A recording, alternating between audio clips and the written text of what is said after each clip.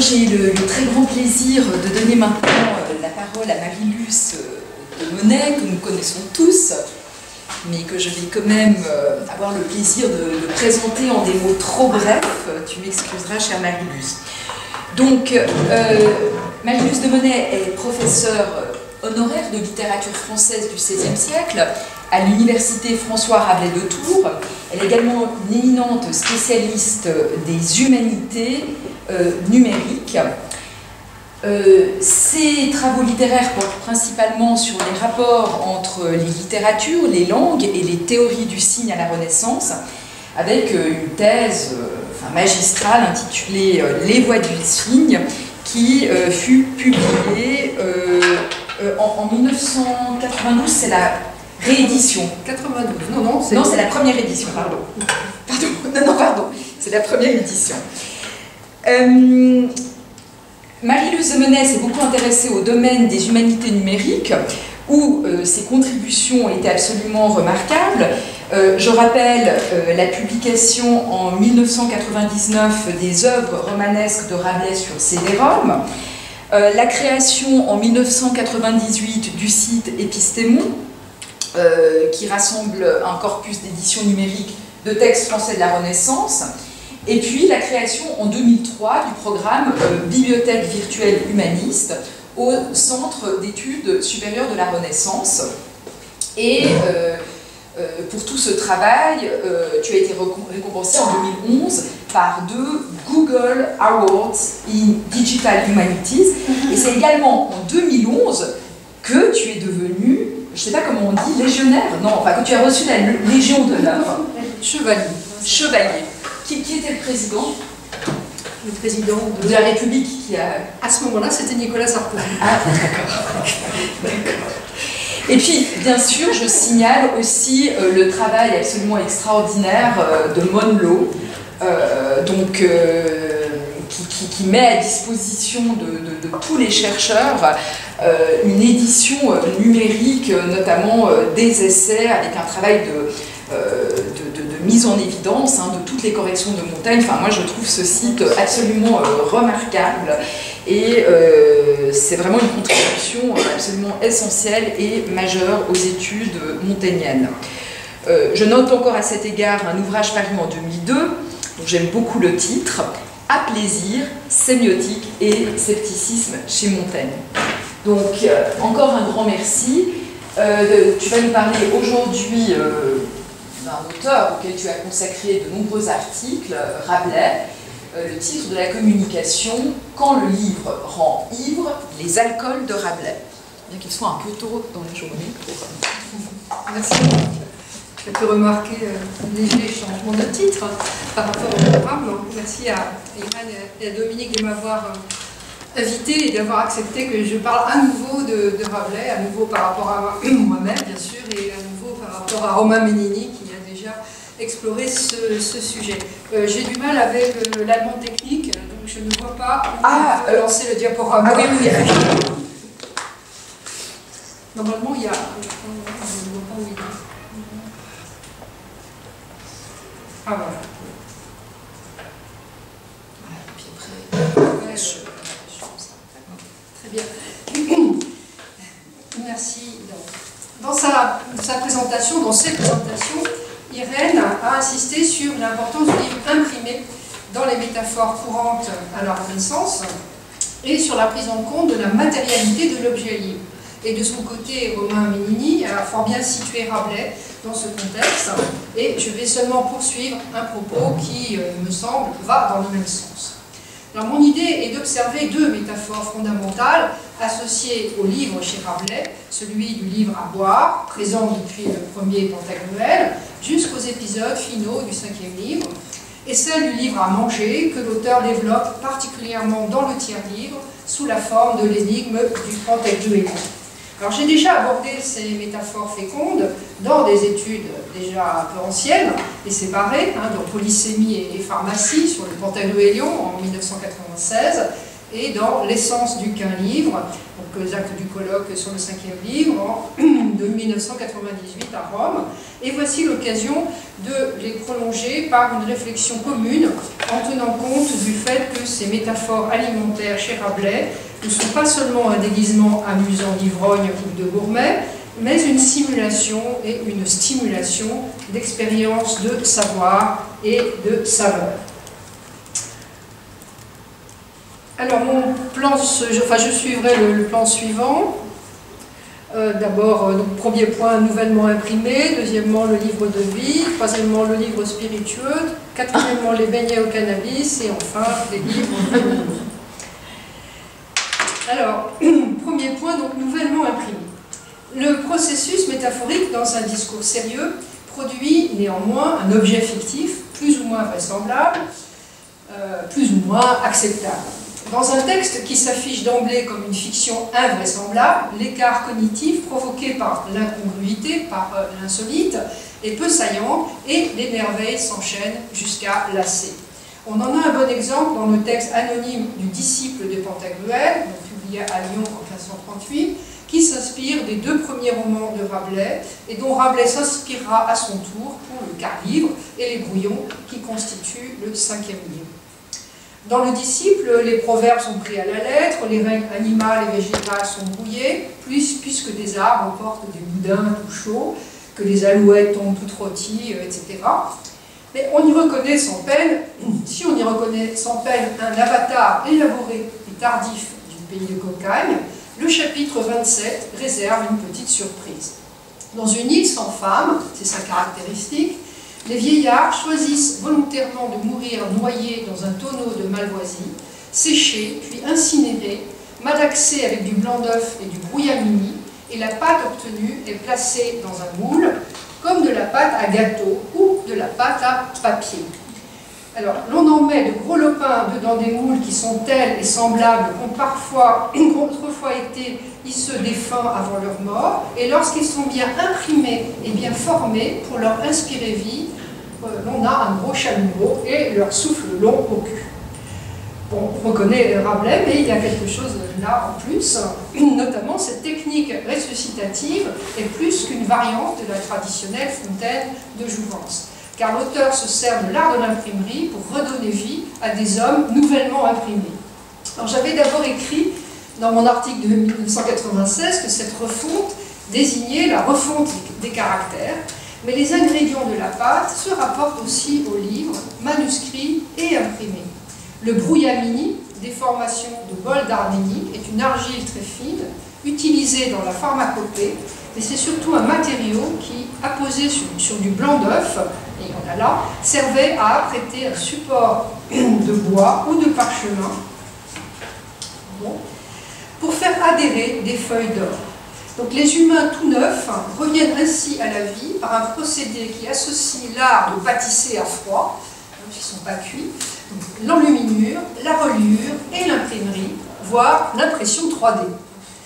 Alors les éditeurs du disciple, les éditeurs modernes du disciple, écrivent que le moulin à hommes se rencontrait déjà dans les estampes, les proverbes et les farces, mais je n'y ai pas trouvé cette variante originale inspirée des formes d'imprimerie, qui a d'ailleurs échappé aux éditeurs et qui assure aux hommes une forme, au sens de l'impression, une forme d'immortalité. Si l'auteur promeut ici une métaphore du livre, elle irait jusqu'à suggérer par cette énigme matérielle que le livre c'est la vie éternelle et on ne peut que penser au livre de vie du Cymbalum Mundi par une année précédente et aussi à cette métaphore évidemment très connue. Chez Rabelais, le comparant qu'est le vin, donc le fort ou le véhicule, pour conserver la terminologie de Richards dans Philosophy of Rhetoric, paru en 1939, offre une force que la nature de la fiction exalte, et c'est particulièrement vrai lorsque le comparé est le livre, mais pas n'importe quel livre, son livre. Alors, les 3 premiers prologues parlent de l'effet produit par la lecture du livre que l'on a entre les mains pendant qu'on est en train de le lire et après qu'on l'a lu, c'est-à-dire un plaisir proche de l'ivresse. En effet, le point commun entre le roman rabelaisien et le vin, c'est la détente. On dirait aujourd'hui le bien-être. détente procurée par une substance particulière, la fiction du côté du livre, l'alcool du côté de l'aliment. La sélection sémique qui permet à une métaphore de fonctionner par double synecdoque porte sur ce qui peut être commun entre le ténor et le véhicule, tout en maintenant une tension, une incongruité entre les deux, qui fait que la métaphore reste vive au sens Euriqueur. Si le vin est une métaphore de Pantagruel en tant que livre, c'est parce qu'il génère une ivresse qui est moins une image qu'une sensation, à la fois gustative et cérébrale, donc même si biologiquement c'est le même processus, comme les cognitive studies promus par Terence Cave l'analyseraient. Le prologue de Pantagruel commence par rappeler aux lecteurs le plaisir qu'ils ont éprouvé à lire les grandes chroniques que Rabelais a peut-être lui-même éditées, voire écrites, selon Mireille Buchon. Alors, attends de me relire dans ce passage. Très illustre et très chevaleureux champion, gentilshommes et autres qui volontiers vous a donné à toute gentillesse et honnêteté. Vous avez naguère vu et lu et su l'écran de l'inestimable chronique de l'énorme géant Gargantua, et comme vrai fidèle les a plus galantement, qui a remplacé comme des Bibles dans la première édition, et il y avait maintes fois passé votre temps avec les honorables dames et demoiselles en faisant beau et long marée, etc. Et ensuite, Rabelais énumère dans l'ordre, enfin Rabelais prologueur. 1. La consolation après être revenu bredouille de la chasse. 2. Le pansement anesthésique soulageant le mal dedans, j'ai entendu parler de ça tout à l'heure. L'histoire plaisante, et troisièmement, l'histoire plaisante qui fait supporter le violent traitement de la vérole. Le deuxième exemple est particulièrement intéressant, car c'est le livre lui-même en tant que papier qui est utilisé comme cataplasme sur la dent gâtée. Alcofribas promet de prolonger ses plaisirs avec les aventures du fils Pantagruel. Même si ce bénéfice est évidemment exagéré, il y a quelque chose de vrai en ce qui est exalté. Un bon livre peut consoler et faciliter la guérison des maladies du corps et de l'âme, doué comme il l'est d'une faculté psychotrope que les médecins d'aujourd'hui ne nient pas. Le bonimenteur compte sur ses bienfaits passés pour faire anticiper le même plaisir avec le nouveau livre, et c'est cette anticipation ressentie qu'il met en scène dans le second prologue, celui de Gargantua, où il développe l'analogie entre le nouveau livre et le plaisir provoqué par le vin et par un mets particulier, la moelle de l'os, siège des sensations transmises par les nerfs. Alors, relisons donc en partie ce passage très connu, en prêtant attention cette fois à l'anticipation sensorielle qu'il suggère. Romain l'a déjà relu en partie. Donc, mais vite-vous, en que chien rencontrant quelque os médulaire, c'est la bête du monde, plus philosophe, si vu l'avez, vous avez pu noter de quelle dévotion il le guette, de quel soin il le garde, de quelle ferveur il le tient, de quelle prudence il l'entame, de quelle affection il le brise, et de quelle diligence il le suce, qu'il induit à se faire, quel est l'espoir de son étude, quel bien prétend-il, rien plus qu'un peu de moelle.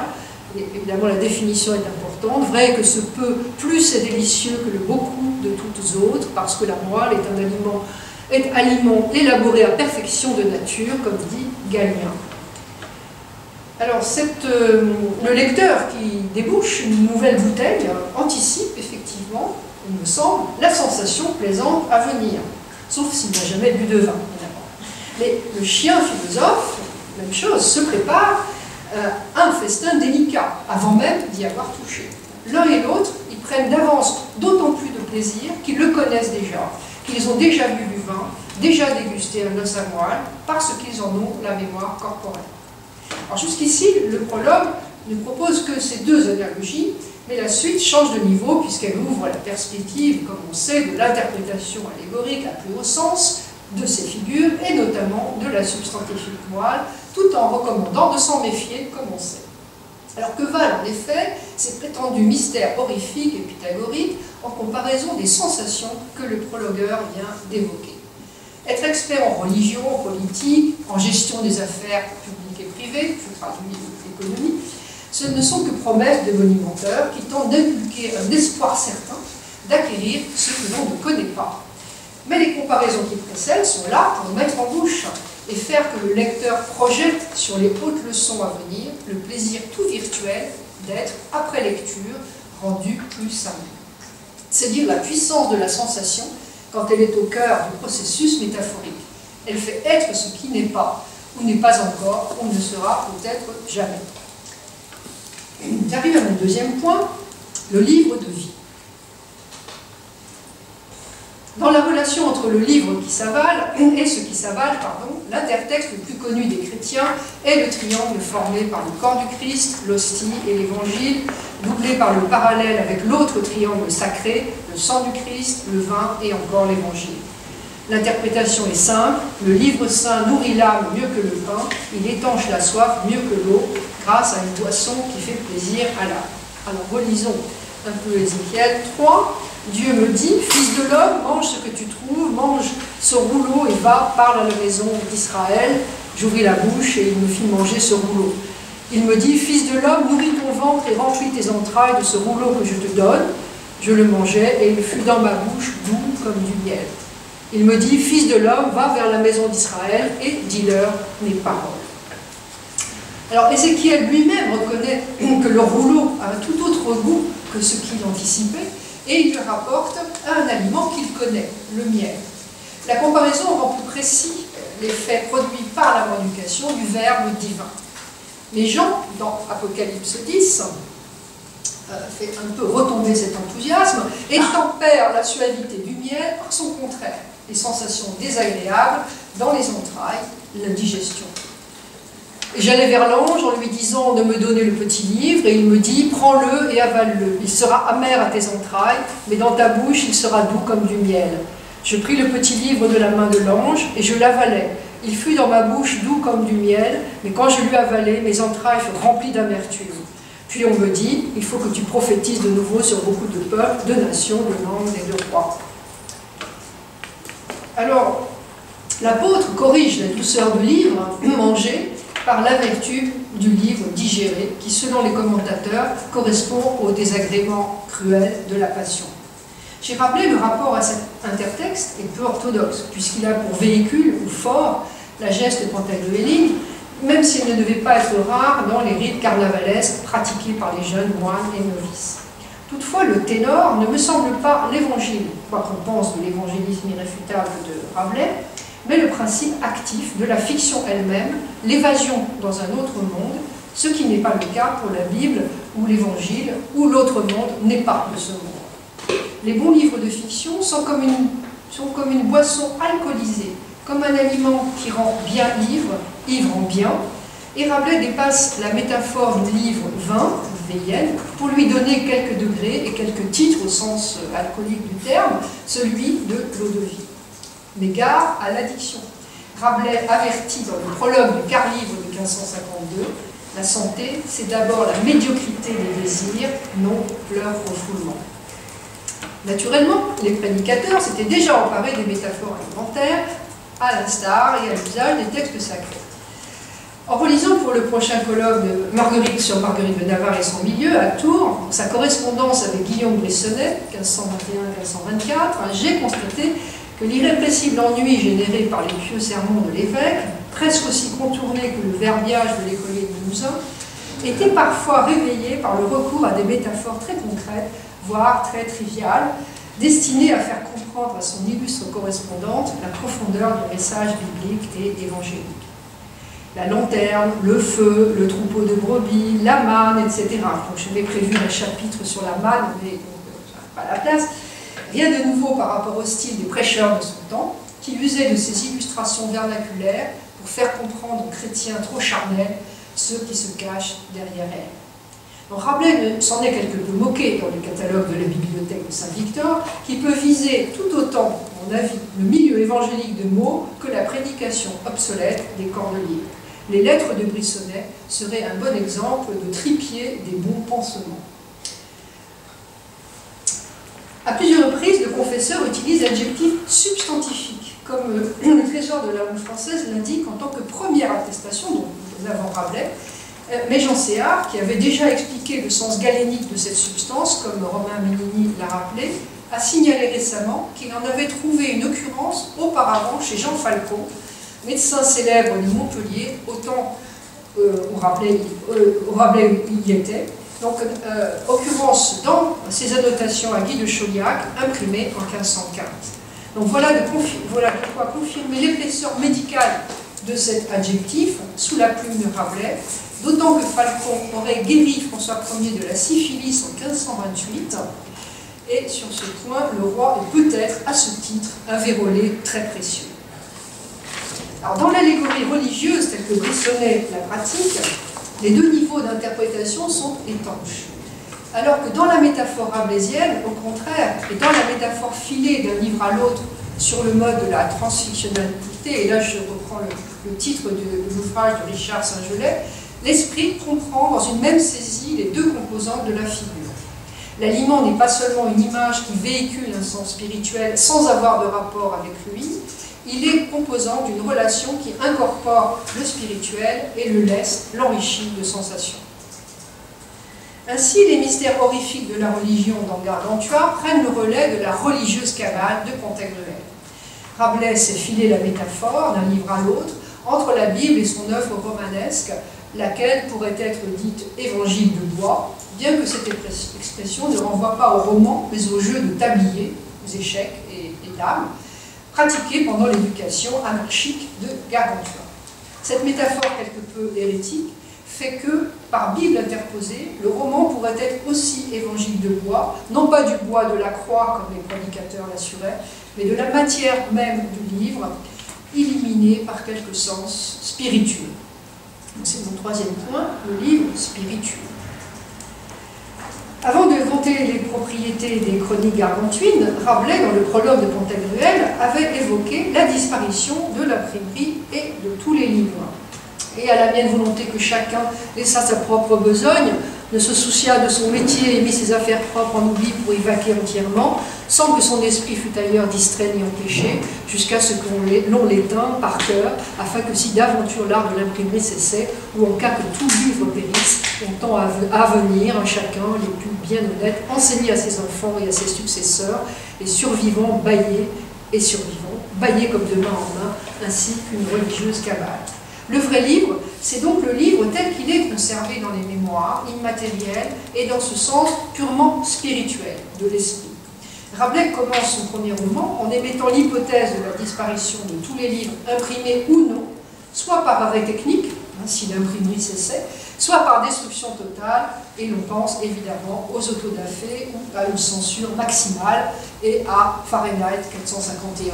C'est d'ailleurs la fin de la nouvelle de Bradbury et du film de Truffaut. Les personnages se récitent des livres et s'aperçoivent qu'ils n'en ont plus besoin.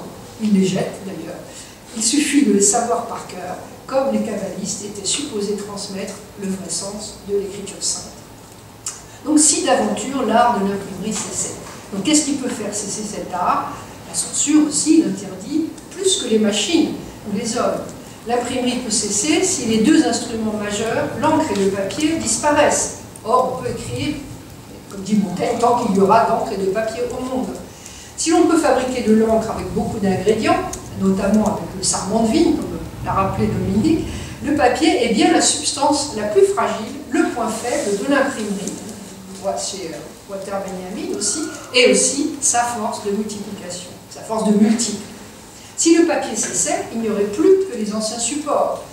La pierre, le parchemin, l'écorce d'ulmo, rares et chères. Mais tant qu'il y aura de vieilles chemises et de vieux draps recyclés, les moulins à papier pourront fonctionner. Les histoires fabuleuses de Pantagruel et Gargantua répandre leur bonne drogue, il est dit dans Gargantua. Ainsi, le ténor, ou la cible de ces métaphores filées d'un bout à l'autre de la geste de pantagruéline, est le livre en tant que fiction qui dépasse la comparaison assez commune entre la lecture et la gestion d'un contenu, pour s'approprier une invention relativement récente, la distillation. La distillation n'était pas inconnue de l'Antiquité, mais Pline ne mentionne pas sa fabrication à partir du vin. Avicenne, en revanche, le fait. Arnaud de Villeneuve, médecin montpelliérain lui aussi, décrit ce qu'il appelle l'esprit du vin, et le pseudo-Lulle explique comment on obtient l'aqua en Italie. Daniel Jacquard a retracé les débats concernant l'eau ardente autour de Michel Savonarola, auteur d'un ouvrage sur le sujet, et de Jean de Roctaillade, qui avait aussi décrit le processus au XIVe siècle, le débat ayant eu lieu jusqu'au milieu du XVe siècle. Savonarola, le grand-père de Jérôme, qui figure dans la liste des auteurs de la bibliothèque des professeurs de médecine de Montpellier, liste qui est datable de 1505 environ, semble aussi l'auteur, dans son commentaire d'Avicenne, de la comparaison entre le processus physiologique de la digestion et le travail de l'alambic. Alors, parmi les épithètes du blason du fou, dans le tiers livre, figure un fol alambiqué, ce qui ne veut pas dire compliqué, mais un fol distillé. Les alcools forts, les spiritueux, se répandent pendant tout le XVIe siècle en France grâce à cet usage de l'alambic. Les alchimistes européens ont perfectionné l'invention arabe avec le refroidissement du serpentin, et Rabelais en connaît le principe, l'a probablement utilisé, et il donne assez rapidement naissance à un emploi métaphorique alambiqué dans celui de digérer en assimilant le savoir. On retrouve aussi chez Montaigne. Dans le 5e livre, on peut lire la description d'une lampe mirifique et perpétuelle, constituée de 3 petites lampes à alcool. Je cite, chacune était pleine d'eau ardente, 5 fois distillée par alambic serpentin. Mais dès Pantagruel, Rabelais avait mentionné Jean de Roquetaillade, Jean de Montpessissa, et sa naissance supposée extraordinaire par le talon de sa mère, allusion possible au miracle alchimique qu'on lui attribuait, et peut-être aussi à sa sympathie pour les spirituels languedociens. Or justement, est traduit du latin en 1549 par Antoine du Moulin, un proche de Marguerite de Navarre, sa vertu et propriété de la quintessence de toute chose, véritable manuel de distillation du vin qui circulait déjà en manuscrit depuis donc le XIVe siècle. Toutefois, l'objet semble tout thérapeutique, non gastronomique chez Roquetaillade. La quintessence obtenue guérit la lèpre, la paralysie, chasse les toux et les diables, détourne des maléfices, éloigne la mélancolie, les fièvres et la peste. Et elle va jusqu'à ressusciter les morts. Il précise, attendez, ce sont les agonismes. Alors Massimo Montanari, historien de l'alimentation, dit que la consommation des spiritueux entre dans les tavernes en Occident au XVe siècle. L'eau-de-vie semble réservée à l'anesthésie, comme pour combattre la rage de dents du lecteur, alors que l'eau ardente, produit de la deuxième distillation, est associée aux fruits. Le sire de Gouberville distillait de l'eau-de-vie qu'il vendait à l'apothicaire de Beaumont en Normandie, mais il bouillait aussi son calvados dans sa ferme en 1551. Dès 1551, il avait acquis un alambic et un jeune homme appelé François Le Tourangeau, je ne l'invente absolument pas, et on sait que le fils naturel de Rabelais s'appelait aussi François. Donc ce François Le Tourangeau lui apprend à s'en servir tout en prétendant suivre des études de philosophie.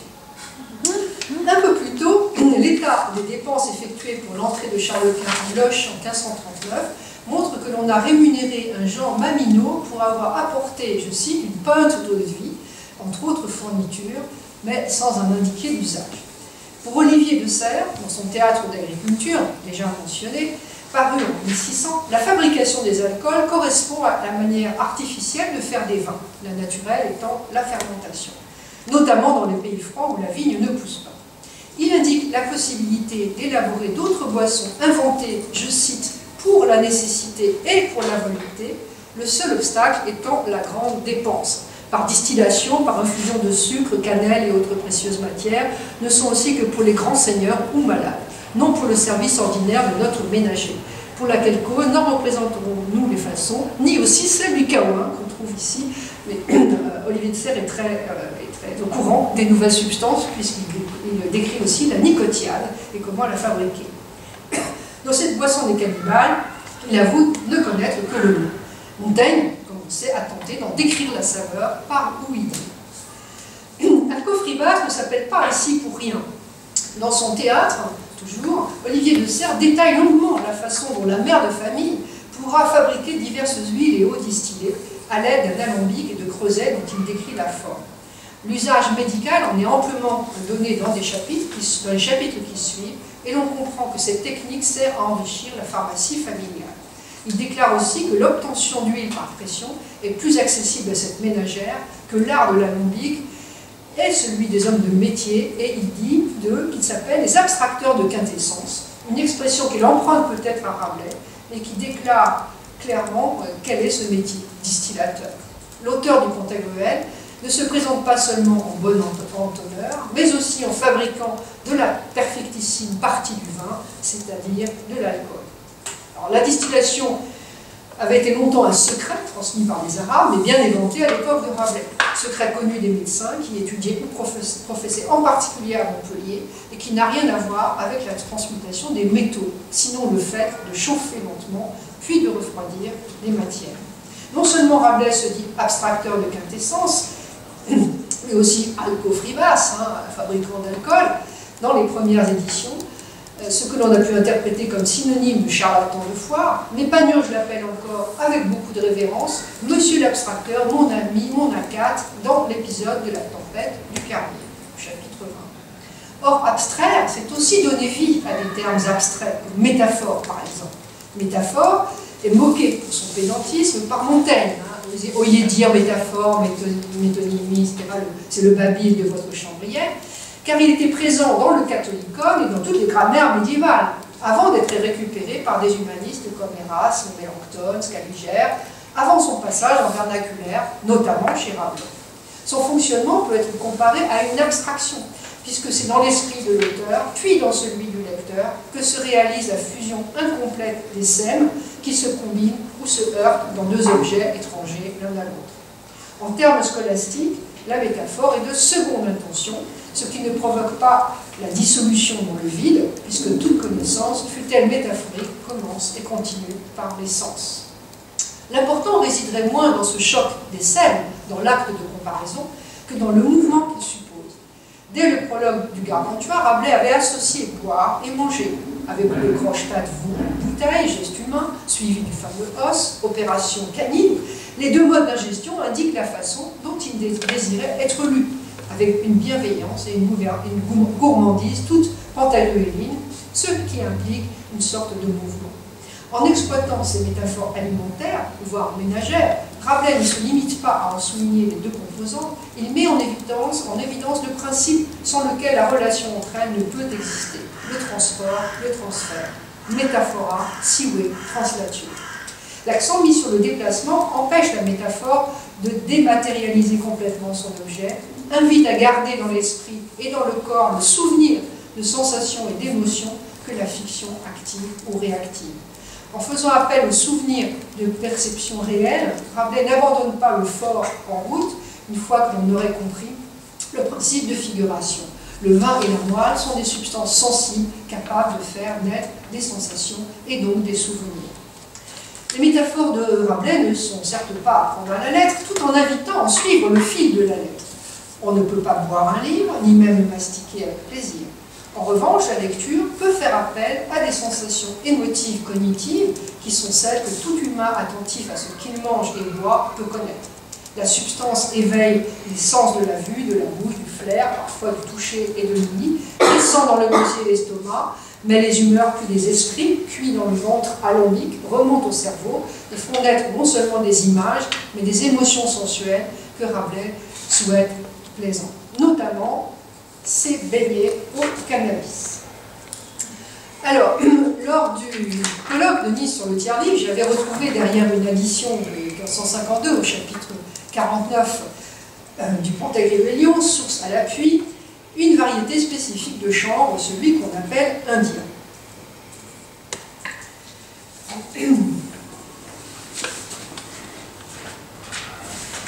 Alors, et quoique jadis, donc Mélagraine de Pantagruélion éteint en l'homme la semence générative qui en mangerait beaucoup et souvent. Ajout de 1552, et quoique jadis entre les Grecs, d'Icelle l'on fit certaines espèces de fricassés, tartes et beignets, lesquels ils mangeaient après souper par friandise et pour trouver le vin meilleur, si est-ce qu'elle est de difficile concoction, offense l'estomac, engendre mauvais sang, et par son excessive chaleur férit le cerveau et remplit la tête de fâcheuses et douloureuses vapeurs. Donc ces beignets au cannabis sont, selon Léonard Fuchs, amplifiant Galien et Siméon Setti, qui ont précisé l'usage et l'origine méditerranéenne, rendent le vin meilleur, avec quelques risques. Même si lors du colloque, personne n'avait contesté qu'il s'agissait bien ici du hashish, appelons-le par son nom, personne non plus, à ma connaissance, n'en a tenu compte, sauf quelques consommateurs qui m'ont écrit et qui se sont emparés de ce déchiffrement avec enthousiasme en rendant hommage à l'ancêtre Rabelais. Sauf Louis-Georges Tin, en partie, qui dans deux contributions ultérieures a repris l'identification du Pantagruélion au papier, sous mélange de chanvre, de l'œil et de papyrus, en la prolongeant pertinemment du côté du livre lui-même, le livre en tant qu'objet, mais aussi en tant que livre de Rabelais, la geste de Pantagruel.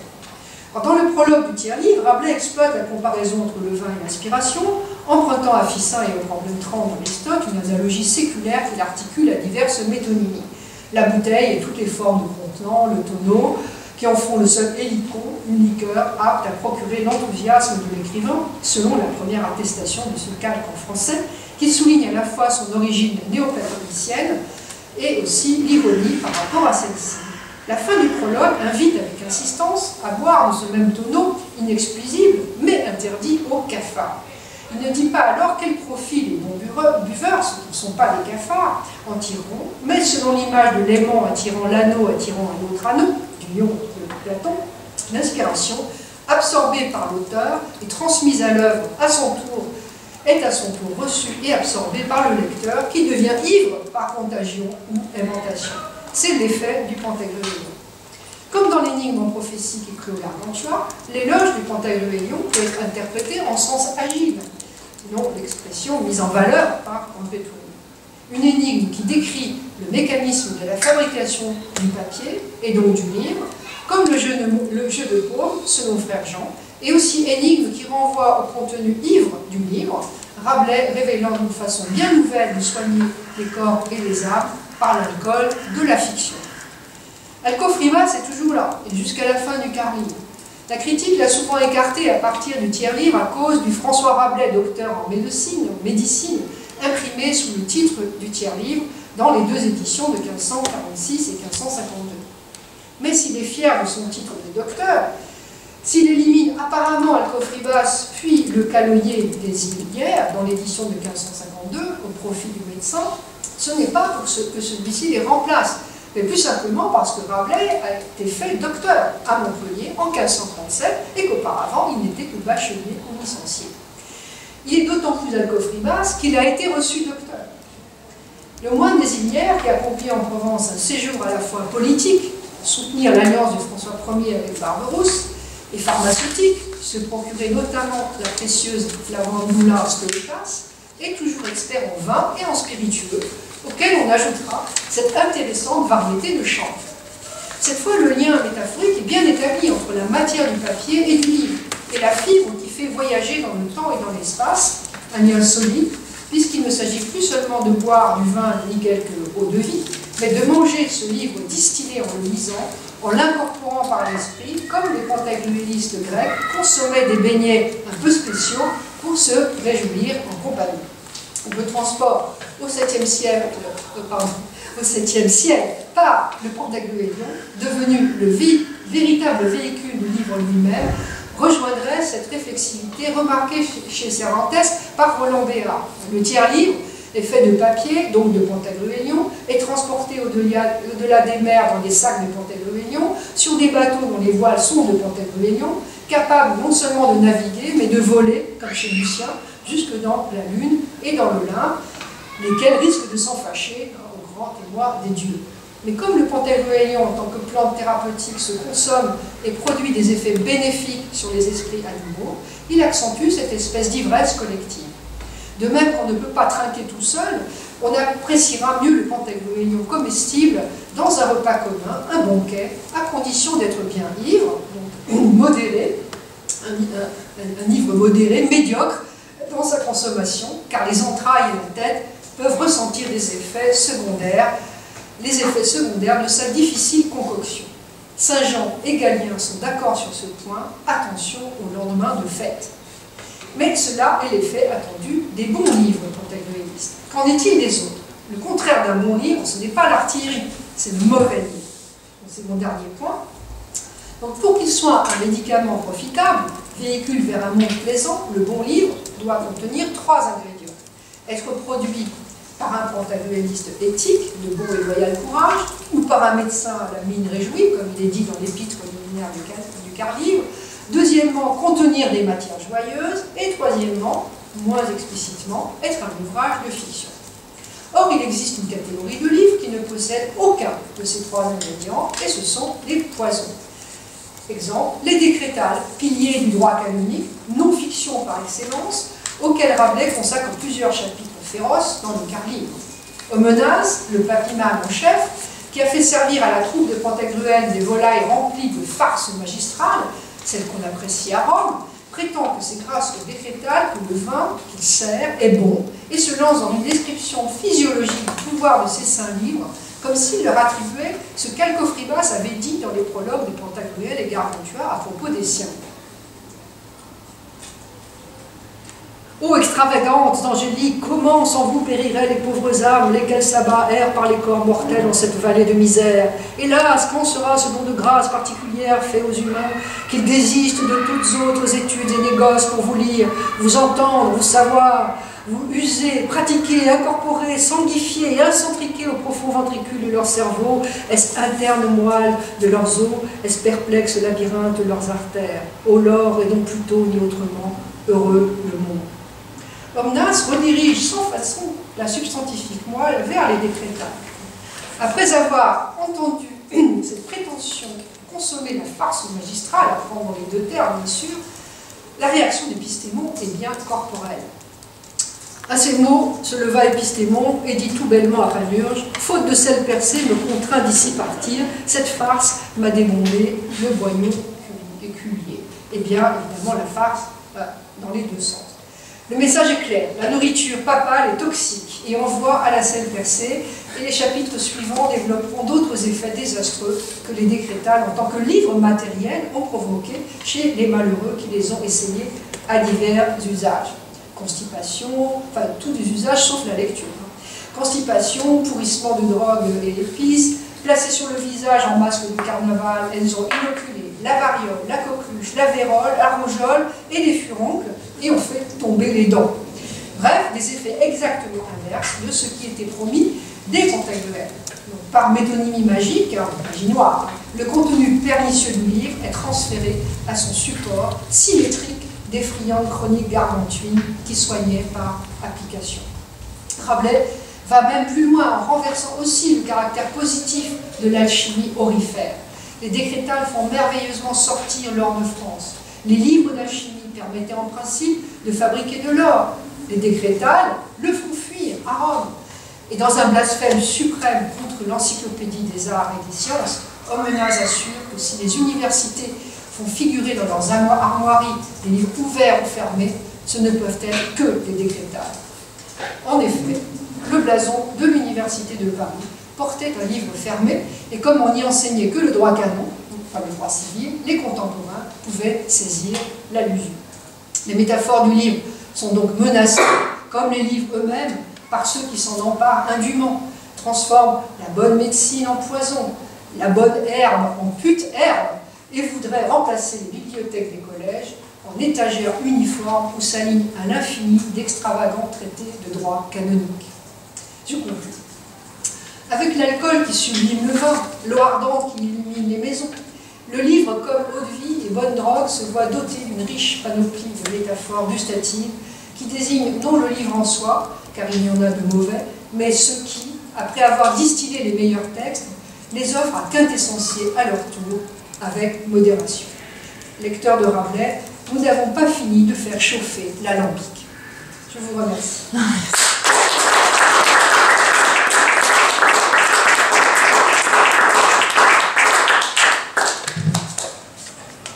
Merci infiniment Marie-Luce Demenet pour cette conférence éblouissante qui a bien fait chauffer l'alambic de notre cerveau. Donc, j'ouvre un espace de discussion. Est-ce qu'il y a des réactions, des interrogations et... Nous sommes tous un peu sous, mais... Oui. Ça marche. Sous, mais pas saoulés.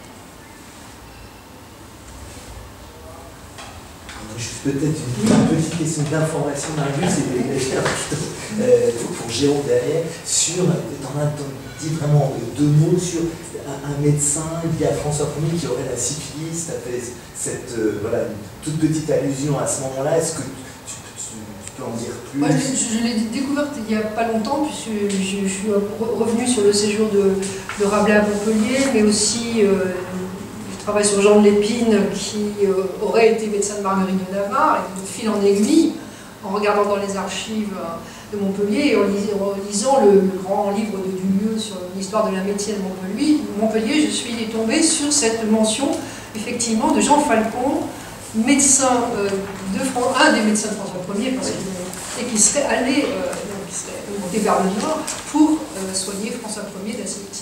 Alors Dulieu met le met au conditionnel, donc il faudrait revoir quelles sont les sources à partir desquelles il se permet de dire ça, mais c'est vrai que c'est assez amusant. On est dans des bonnes dates, la syphilis 1528, le prologue de Pantagruel 1532, voilà. C'est peut-être une piste à creuser en revoyant quels sont les sources de ce qui est sûr. Alors, ce qui n'est pas sûr, c'est qu'il est guéri. Et ce qui est sûr, c'est que François Ier avait la syphilis.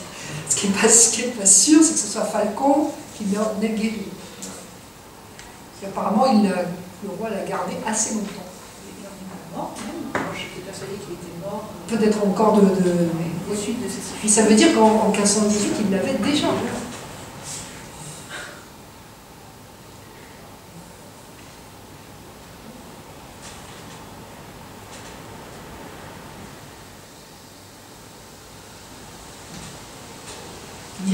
Est-ce que tu aurais trouvé un lien entre le Pantagruélion et le safran de la fin du Garnier? Enfin, est-ce que tu vois, avec ce navire rempli, oui, comme tu l'as rappelé, des voiles à fond de cale, oui, Pantagruélion, on a tendance à la fin du Garnier à avoir oublié en fait toute cette cargaison qui était très bien présentée, mais oui, vraiment très au début. Et à la fin, en fait, Panurge reprend le devant de la scène avec cette affaire de safran d'Hibernie, et je me demandais si en fait dans les traités médicaux tu avais pu trouver un usage thérapeutique du safran en rapport avec les indigestions de l'offense de l'estomac. Il y a du safran partout. Oui, enfin, dans la pharmacopée, c'est vraiment le safran lui-même est censé guérir de la folie. Oui. Là, donc effectivement, pour les maladies psychiques, et de ce point de vue-là, il rejoint d'autres substances qui elles aussi étaient bonnes pour guérir notamment de la folie mélancolique. Puisque le safran va échauffer lui aussi. Et du lendemain de fête, non? Pardon? Et est-ce que ça guérit aussi des lendemains de fête un peu trop il faudrait regarder, mais les livres de pharmacopée sont particulièrement copieux. Oui. Il faudrait regarder ça. Oui, parce qu'en fait, tu vois, ça ferait un pendant au début. Oui, tout à fait. Puisqu'il y a le risque d'offenser l'estomac. Voilà, avec ses beignets. Et ce serait l'antidote. Oui, peut-être. Enfin, voilà. Ouais. Je me demandais s'il y avait chez Rabelais, je me souviens plus des livres, eux-mêmes malades. Comme j'ai retrouvé cette citation du Philobiblion, où là le livre est décrit, donc il s'agit de manuscrits, mais il dépérit avec le temps, la patine, la jaunisse. J'ai pas trouvé ça. Une littéralisation de la métaphore en fait, où on a vraiment le livre qui souffre de la goutte, qui a les extrémités recroquevillées, les vers qui vont ronger les entrailles du livre, enfin le livre va devenir corps, mais après il s'abîme pour de vrai. Excuse-moi, c'est dans quel texte? Ça c'est un texte médiéval, le Philobiblion. Oui, que vous aviez mentionné dans la première présentation. Voilà, oui, c'est ça, oui, ça m'avait intrigué, effectivement, cet anthropomorphisme du livre. Mais là, la métaphore littérale, ça m'intéresse ce passage où la métaphore se littéralise. Oui. Donc le papier devient le cataplasme. Oui. Et du coup, c'est des métaphores. Enfin, c'est un véritable usage du livre-objet. Oui. Donc le livre en malade chez Rabelais. Il y a aussi le rapprochement peut-être avec les fameux brevets qui, dans la médecine médiévale, c'était des bouts de papier sur lesquels on écrivait des formules et on appliquait ça directement sur la partie malade. Donc, ce qui est important effectivement dans le brevet, c'est évidemment, normalement c'est ce qui est écrit dessus, mais là, Rabelais déplace, c'est comme si c'était le papier lui-même. Mais ce qui est écrit sur le papier du Pantagruel, c'est le roman du Pantagruel. Donc il y a un jeu sur le support et le contenu. Donc chez Rabelais, il y aurait bibliophilie, bibliomanie et bibliomancie. Oui, tout à fait. Oui, c'est ça. C'est littéralement. Bibliophagie. Bibliophagie, exactement. C'est le verbe magique. Il y avait une Moi, question. c'était plutôt pour réagir à ce que tu viens de poser comme question. Il y a chez Holtzman, dans l'anti-tricolonial, parce que j'ai trouvé ça autour de la vérole, et un passage où véritablement il compare les ajouts qu'on fait au texte de droit à des entates qu'on colle sur le corps des vérolés. Anti-bois. Tout ce qui est du texte de droit n'a pas la connaissance. Oui, on est d'accord. Mais du coup, oui, c'est du droit civil. Non, mais c'est possible. En tout cas, il ajoute que le corps des Pandectes se trouvera plus couvert d'emplâtre que ne fut donc pauvre vérolé. C'est la variante de la belle robe brodée de mer. Oui, puis il y a le processus inverse, c'est le mauvais lecteur qui va détériorer et corrompre le livre. Oui.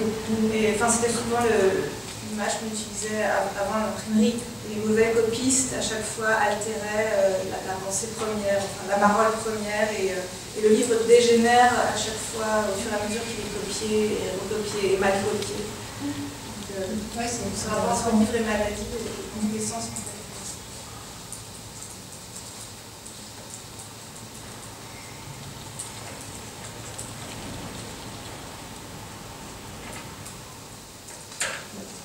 Nous dégénérons de plus en plus toutes les fois que nous renaissons dans de nombreuses copies. C'est une résurrection dégénérative.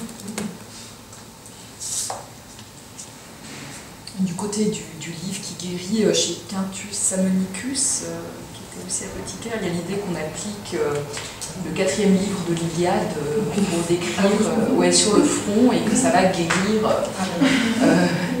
de la fièvre chaude, hein, c'est-à-dire les ardeurs guerrières vont calmer le... Mais là, c'est le contenu, hein, c'est pas le contenant, en fait. Oui, mais c'est toujours la formule des brevets. C'est la formule des brevets, ouais. Mais Rabelais se moque aussi de ces pratiques superstitieuses avec la légende de Sainte-Marguerite dans Gargantua, quand il dit on n'a pas appliqué ces cafarderies de Sainte-Marguerite, c'était exactement cette façon-là de guérir ou de soulager, du moins, en appliquant la légende de Sainte-Marguerite sur le corps de la parturiente pour alléger ses douleurs. On lui lisait la vie de Sainte-Marguerite. Et on l'appliquait aussi. On l'appliquait aussi, on lui lisait aussi. On appliquait en fait un petit livret qu'on posait sur le ventre. Ah. Oui, j'avais cherché les trucs. Et donc à la fois il se moque aussi bien sûr, thérapeutique, pseudo-superstitieuse, etc. Surtout quand c'est un texte simple.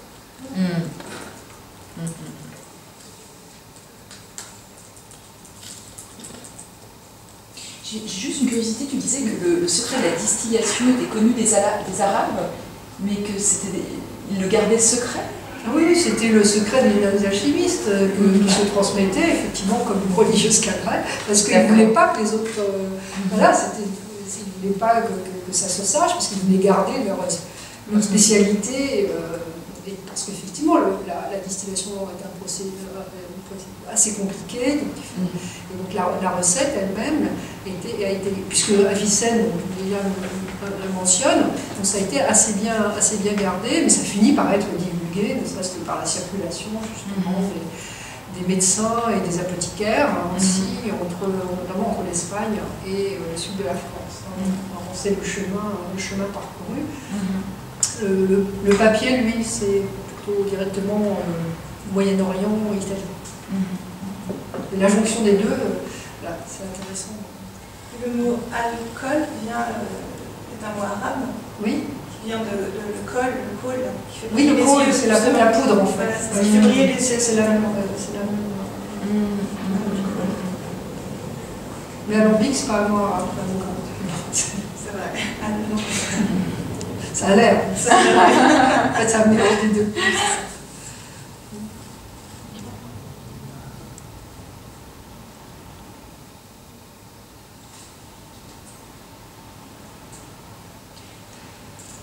Alors, on aura l'occasion aussi de revenir plus tard sur cette magnifique conférence. Si d'autres idées vous viennent à l'esprit, on va peut-être accueillir maintenant sur le podium Bernard Serre.